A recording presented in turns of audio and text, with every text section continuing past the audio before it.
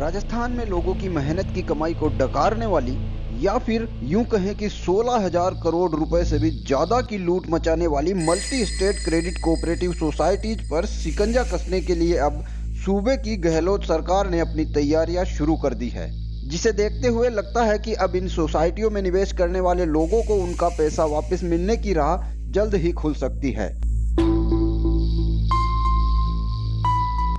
इसी को लेकर सरकार ने अपनी कवायद अब तेज कर दी है। दरअसल निवेशकों को लूटने वाली इन सोसाइटीज के खिलाफ अब सरकार इस्तगासे दायर करने जा रही है,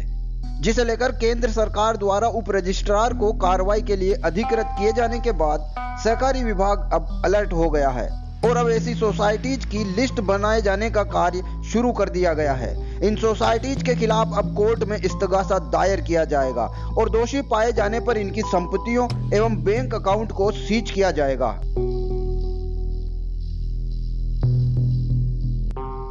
इसी कड़ी में निवेशकों का मोटा पैसा लेकर बैठने वाली इन सोसाइटियों में शुरुआती तौर पर खेतेश्वर, सुंदरम, अर्बुदा, ओपेश्वर, पुष्टिकर और अमरदीप सोसाइटीज को शिकंजे में लेने की तैयारी सहकारिता विभाग ने शुरू कर दी है। हालांकि इससे पहले एसओजी द्वारा आदर्श और नवजीवन जैसी सोसाइटीज के खिलाफ शिकंजा कसा जा चुका है। Banning of unregulated deposits act 2019 में दो तरह की डिपॉजिट्स बताई गई है, अनरेगुलेटेड और रेगुलेटेड। अनरेगुलेटेड के विषय में इस एक्ट में कॉम्पिटेंट अथॉरिटी, जो आज की तारीख में प्रमुख शासन सचिव महोदय सहकारिता हैं, उनको प्रॉपर्टी अटैच करने की, अन्य कार्रवाई करने की पावर्स हैं। लेकिन ये जो हमारी समझ है, जो हमारी विभाग में हमारे जो विधि के अधिकारी हैं उनकी समझ है कि ये पावर्स रेगुलेटेड डिपॉजिट्स, जो ये क्रेडिट कोऑपरेटिव सोसाइटीज़ हैं, उनके विषय में इस एक्ट में नहीं है। यही कानूनी संशोधन के लिए रिक्वेस्ट किया जा रहा है और यदि ये कानूनी संशोधन होता है तो निश्चित रूप से प्रॉपर्टी अटैच करने की जो प्रक्रिया है वो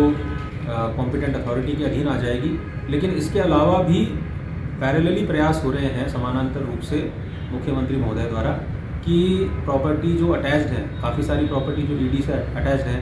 अगर उनको हम सक्षम कोर्ट से फिल करा पाते हैं और लिक्विडेटर के थ्रू उनको लिक्विडेट करके अगर डिपॉजिटर्स का जो भी तरीका संभव हो सकता है उन पर मंथन किया जा रहा है और आने वाले समय में निश्चित रूप से इसमें प्रभावी कार्रवाई की जाएगी। क्रेडिट कोऑपरेटिव सोसाइटीज़ करीब 70 होंगी, वो केंद्रीय रजिस्ट्रार के पास रजिस्टर्ड हैं और वो उनमें से 9 जो हैं वो लिक्विडेशन में ऑलरेडी चल रही हैं, जिनमें आदर्श हम जानते हैं, लेकिन आदर्श के साथ ही दूसरी 8 भी हैं जिनमें लिक्विडेटर अपॉइंटेड है और उनमें भी कईयों में समस्या आ रही है अलग अलग तरह की। कुछ के ऑफिसेज बंद हैं, जब हमारे लिक्विडेटर्स वहाँ जाते हैं तो देखते हैं कि ऑफिसेज नहीं चल रहे। इनके अलावा वो जो अभी तक लिक्विडेशन में नहीं आई हैं, जैसा मैंने आपको पहले बताया कि हमारे पास मल्टी स्टेट क्रेडिट जो multi state cooperative societies act 2002 है भारत सरकार का,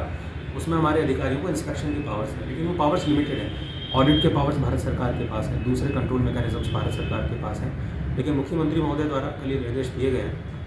कि इन सोसाइटीज़ की भी हम एक इंस्पेक्शन के साथ साथ या तो अगर संभव हो तो कैटेगराइजेशन, वर्गीकरण या इनकी एक समीक्षा और इनकी कार्यप्रणाली की समीक्षा करें कि कहीं इनमें से बाद में कोई आदर्श न बन जाए। तो उस विषय में भी हम जल्दी एक मैकेनिज्म बना के विभाग जो है उसको क्रियान्वित करेगा।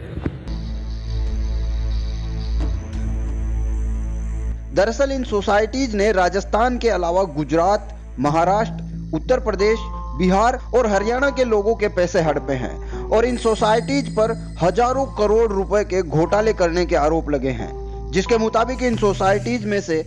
आदर्श क्रेडिट कोऑपरेटिव सोसाइटी ने 15,000 करोड़ रुपए,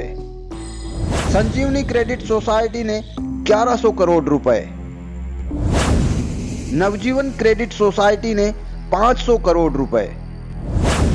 खेतेश्वर सोसाइटी ने 150 करोड़ रुपए, फॉर्च्यून क्रेडिट सोसाइटी ने 100 करोड़ रुपए, अर्बुदा सोसाइटी ने 40 करोड़ रुपए,